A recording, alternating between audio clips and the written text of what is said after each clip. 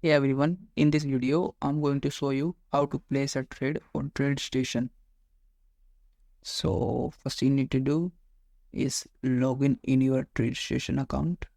You can open TradeStation desktop application and sign in using your credentials and ensure you in the live trading mode.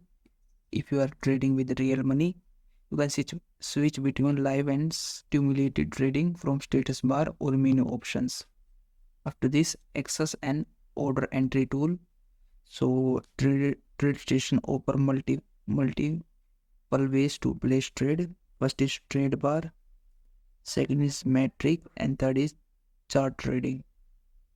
After this, simply enter the order details, select your symbol, specify the quantity you want to buy, the numbers of share or contracts, select order type. You can choose market, limit, stop, or other advanced orders. After this, define the price and duration.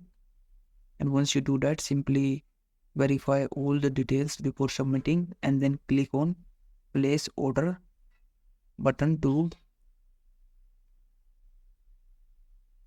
place a trade on TradeStation. So that's how you can place trade on TradeStation. If you found this video helpful, please like this video and subscribe to my channel.